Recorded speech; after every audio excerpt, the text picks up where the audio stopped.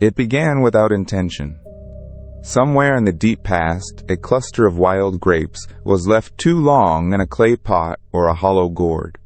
Sugar met wild yeast drifting on the fruit's own skin, and the mixture began to bubble, to warm, to change. No human hand designed this. Fermentation is older than agriculture, older than pottery, older than any recorded thought. And when some curious ancestor tasted the transformed liquid, they discovered something that would follow humanity across every age to come. The earliest chemical proof lies far from the vineyards we imagine. At Jiahu, in China's Henan province, pottery shards dating to roughly 7000 BC hold residues of a fermented drink brewed from rice, honey, hawthorn, and wild grape. This was not yet wine as we know it, but it is humanity's oldest documented encounter with alcohol, 9,000 years buried in fired clay. The molecules survived when everything else decayed. To the west, in the mountains of the Caucasus, similar traces appear in ancient jars. Tartaric acid, the fingerprint of the grape, absorbed into porous ceramic and preserved for millennia. These were not accidents anymore, but experiments repeated, remembered, refined. Early peoples learned that certain fruits, certain vessels, certain weighting produced a drink unlike water, unlike food, a substance that altered the mind and warmed the body. Fermentation offered something else too: preservation. A jar of wine outlasted a basket of grapes. It could be stored, carried, traded, and offered. For societies without refrigeration, this was quiet magic. The drink carried nourishment and intoxication in a single cup, and it did not spoil the way fresh fruit did. What began as spoilage became technology. What began as chance became knowledge, passed hand to hand across generations who could not yet write it down. The chemistry was universal, but grapes were special. The Eurasian wild vine, Vitis vinifera, produced fruit rich in sugar and clinging with yeast, almost engineered by nature for fermentation.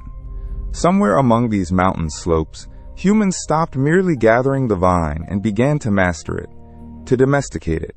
And in one particular cave, in one particular land, the first true winemaking would leave its unmistakable mark.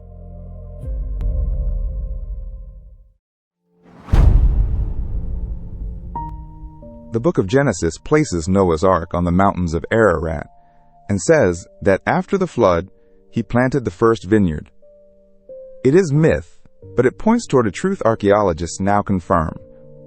The grapevine was tamed here in the South Caucasus around 6000 BC. In this rugged corridor between the Black and Caspian Seas, wild Vitis vinifera became a cultivated crop, selected over generations for sweeter, larger, more reliable fruit. In 2007, in a limestone cave near the Armenian village of Arini, excavators uncovered something extraordinary. Dated to roughly 4100 BC, the Areni-1 cave held a complete winery, a shallow clay platform for treading grapes, a vat to collect the juice, fermentation jars, drinking cups, and grape seeds, stems, and pressed skins scattered across the floor. It is the oldest known winery on Earth, more than 6,000 years old, its purpose unmistakable. People here were not merely fermenting fruit. They were producing wine in an organized, deliberate process, likely for ritual and burial, in a cave that also held human graves. Nearby Georgia carries the tradition forward without interruption. There, winemakers buried enormous clay vessels called kvevri in the ground, filling them with crushed grapes, skins, stems, and all. Sealed beneath the earth, the fruit fermented at a stable, cool temperature, the surrounding soil regulating the process with quiet precision. This method, thousands of years old, is still practiced in Georgia today, unbroken across every empire that rose and fell above it. The clay vessel was the first great tool of winemaking, porous enough to breathe, large enough to hold a harvest, durable enough to outlast the people who made it. These jars determined the flavor, the color, the very possibility of wine on a meaningful scale. The Caucasus gave the world both the domesticated vine and the vessel to transform it. From these mountain valleys, Seeds and cuttings and knowledge began to move, carried by traders and migrants along ancient routes toward the great river civilizations to the south. There, in lands of pharaohs and god-kings, wine would cease to be merely a mountain drink and become the emblem of power itself.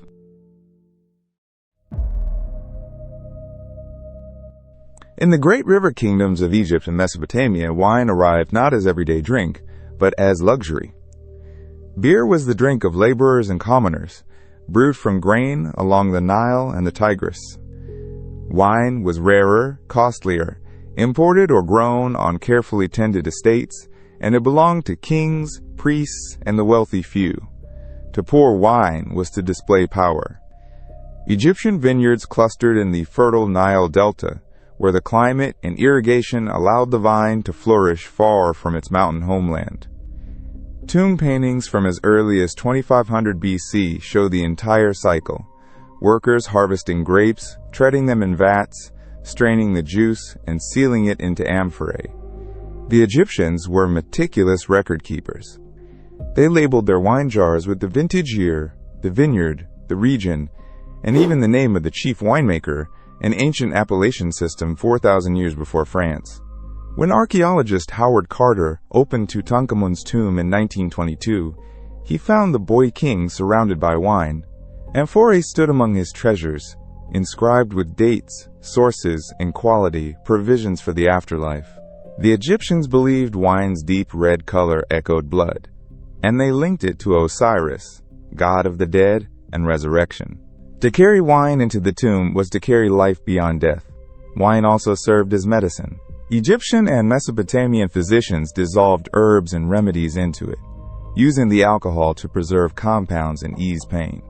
Residue analysis of ancient jars has revealed traces of rosemary, pine resin, and other additives, prescriptions written in the language of fermentation. In Mesopotamia, wine flowed down from the mountainous north to the cities of the plains, a prized import moving along rivers and caravan roads. It appeared in temple offerings, royal banquets, and diplomatic gifts between kings. Everywhere it went, it signaled status, sanctity, and control. Yet wine remained the drink of an elite few, hoarded by palaces and temples, poured for gods and rulers. It would take a different civilization, a seafaring people of scattered cities and restless colonists, to carry the vine across the Mediterranean and place the cup in the hands of ordinary citizens.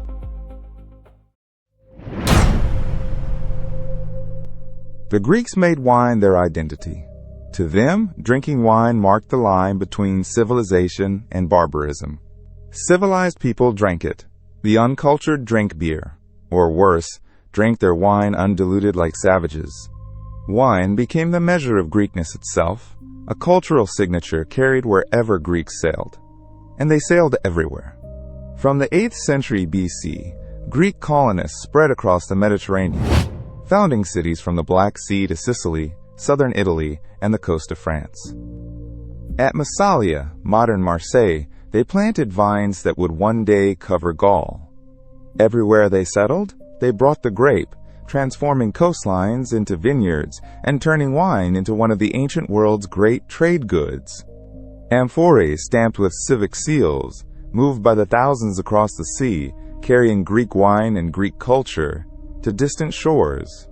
At the heart of Greek social life stood the symposium, a formal drinking gathering where men reclined, debated philosophy, recited poetry, and forged political alliances over shared cups.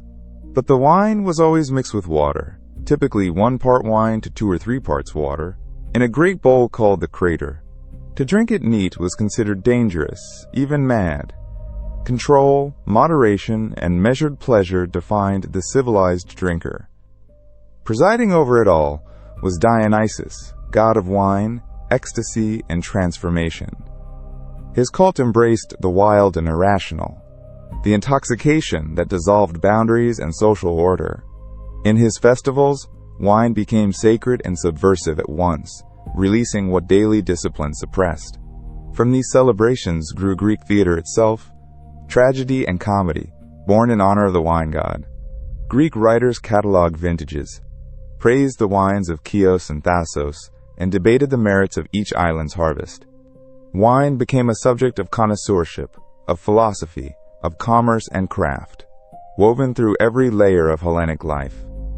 The Greeks did not merely drink wine. They built a civilization around it and exported that vision across the sea. Yet even Greece, with all its colonies and culture, was only a prelude. A greater power was rising in Italy, one that would take the vine and industrialize it, spreading vineyards to the very edges of the known world. Rome took the vine and made it an empire's crop. What the Greeks cultivated as art, the Romans organized as industry, planting vineyards on a scale the ancient world had never seen and driving wine deep into the daily life of millions. In Rome, wine was no longer only for the elite. Soldiers, laborers, and slaves drank it, watered and sour or fine and aged, according to their station. The city consumed staggering quantities, more than 100 million liters a year at its height, shipped in amphorae from estates across Italy and beyond.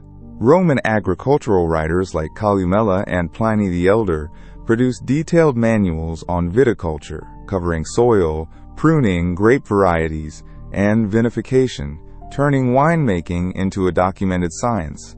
The most celebrated vintage was Falernian, grown on the slopes of Mount Falernus in Campania. Strong, aged for decades until it turned amber, it commanded extraordinary prices and appeared at the tables of emperors. Romans obsessed over vintage years, prized old wine, and recorded famous harvests the way later generations would remember great years of Bordeaux. Wine had become a luxury of connoisseurs and a currency of prestige, but Rome's true achievement was expansion. As the legions marched, the vine followed. Roman roads, some 50,000 miles of engineered stone, carried cuttings, amphorae, and knowledge across the empire. Vineyards took root in Hispania, in the valleys of the Rhone and Bordeaux in Gaul, and along the Rhine and Moselle in Germania, planting the ancestors of regions still famous today. Roman law and commerce standardized the trade, taxing and regulating wine as a strategic good. The wine-dark drink became a tool of Romanization itself. To adopt the vineyard was to adopt Roman ways, to join the civilized order the empire imposed. From Britain to North Africa, the grape spread as both crop and culture, binding the provinces to the center. Yet empires are mortal. Rome would fracture, its roads crumble, its cities shrink under invasion and decline. As the imperial order dissolved into the chaos of a collapsing world, the vine faced its gravest test. But it would find an unexpected refuge in a new faith that saw in wine nothing less than the blood of God.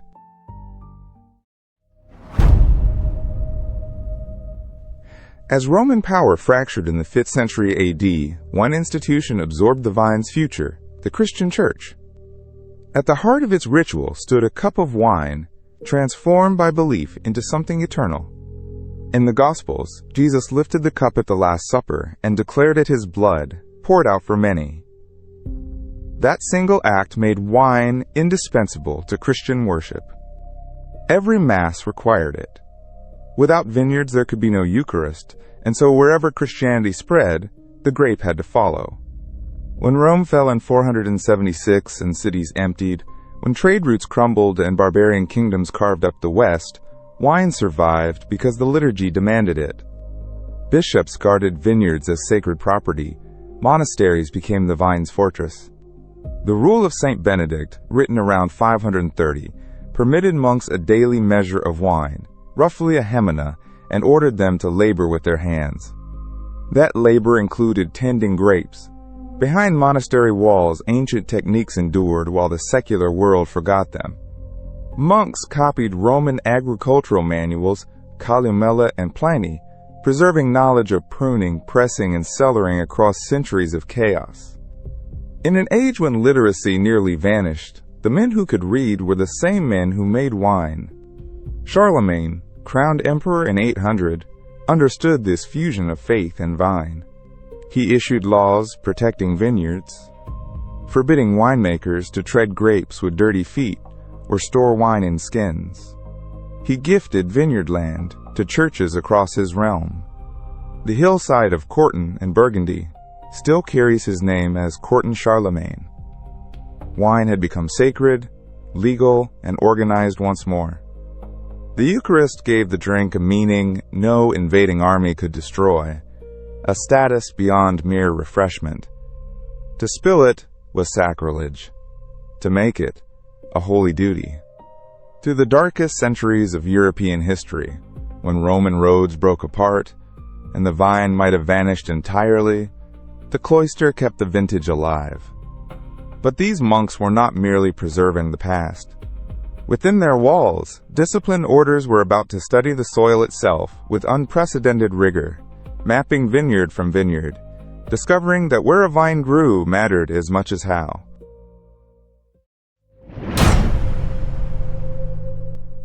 In the 12th century, a new monastic order transformed European winemaking into a science of place. The Cistercians, founded at Citeaux in Burgundy in 1098, embraced hard manual labor and meticulous record-keeping. Nowhere did this matter more than in their vineyards. Working the slopes of the Côte d'Or, the monks noticed something profound. Two plots separated by only a few meters could yield strikingly different wine. They tasted, compared, and mapped. By observing which soils, slopes, and exposures produce the finest grapes, they invented the concept of terroir, the idea that a wine expresses the exact ground it grows in. They built stone walls, called clos, around superior parcels. The Clos de Vougeot, enclosed by 1336, stretched across 50 hectares of carefully studied vines. These monastic vineyards became the ancestors of Burgundy's Grand Crus, boundaries still respected nearly 1,000 years later. Meanwhile, in southwestern France, wine became international commerce.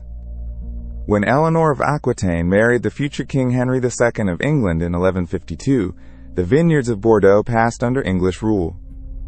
For 3 centuries, Gascon wine flooded English ports. The pale, young red the English called claret sailed north by the thousands of barrels. In peak years, fleets carried over 100,000 tons of wine from Bordeaux to Bristol, London, and Southampton. Wine paid taxes, filled royal treasuries, and greased diplomacy.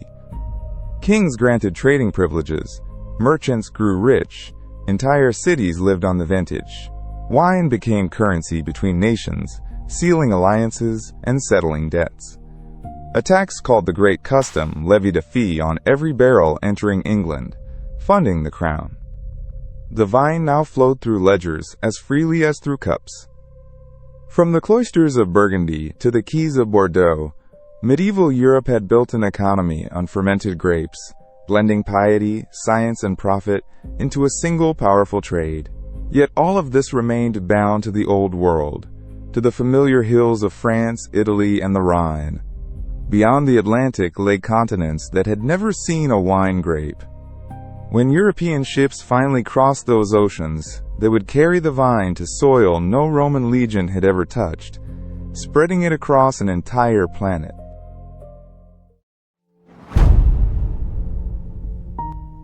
In 1492, Columbus opened the Atlantic, and the vine boarded the ships of empire. Spanish conquistadors and missionaries carried grapevines to the Americas. By the 1520s, vineyards grew in Mexico. Franciscan and Jesuit missions planted a hardy grape they called the Mission across Peru, Chile, and Argentina, needing wine for the mass in a new world. In 1659, cuttings reached the Cape of Good Hope, where Dutch settlers established South African viticulture.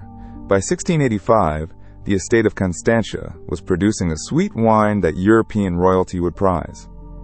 The vines circled the globe, following faith, conquest, and commerce onto 4 new continents.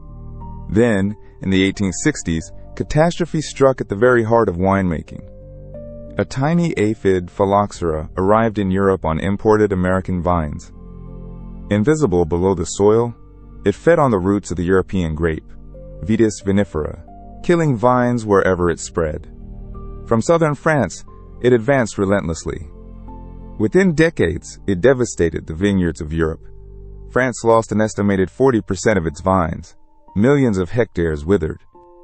Entire wine regions faced ruin. Growers burned fields, flooded soils, poured chemicals, all in vain. The drink that had survived the fall of Rome now faced extinction from a single insect. Salvation came from science and, ironically, from America itself. Researchers realized that American vine species had evolved resistant roots. The solution was grafting, attaching the fruit-bearing European vine onto tough American rootstock. This union, European grape above and American root below, resisted the aphid and saved the world's vineyards. By the 1880s and 1890s, growers replanted millions of grafted vines across France, Italy, and Spain.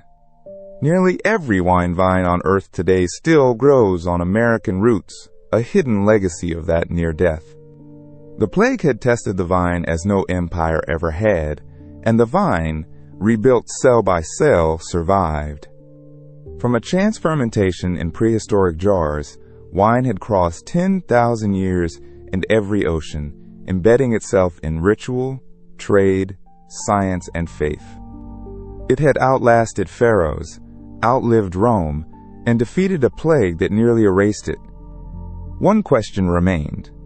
What did this ancient drink still mean in the modern world it had helped to shape?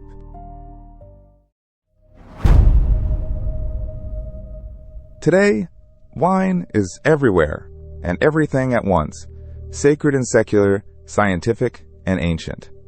Every year, the world produces roughly 250 million hectoliters, grown across nearly every temperate region on the planet. In laboratories, enologists measure sugar, acidity, and yeast strains with instruments the monks of Citeaux could never have imagined. Vineyards are mapped by satellite. Fermentation is controlled to the 10th of a degree, and yet the essence remains unchanged. Grapes are still crushed. Sugar still becomes alcohol.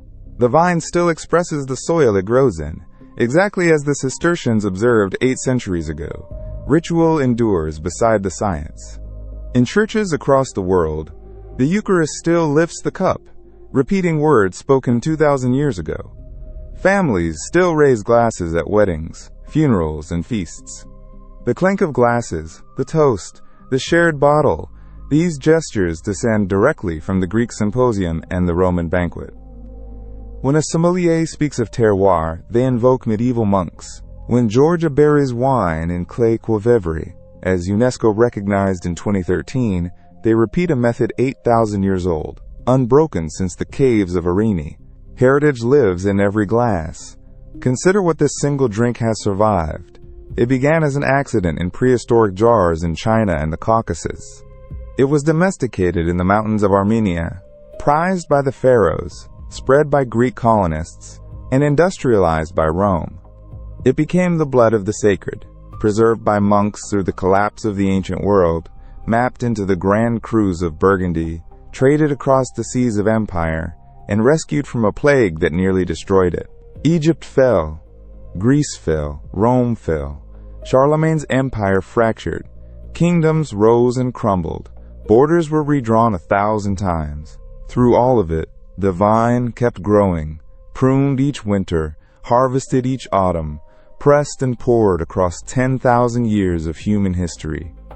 No dynasty lasted so long. No empire proved so durable as this humble, fermented fruit. The lesson of wine is written in every cellar and every vineyard row on earth. A truth older than any nation and simpler than any crown. Empires fell, the vine endured.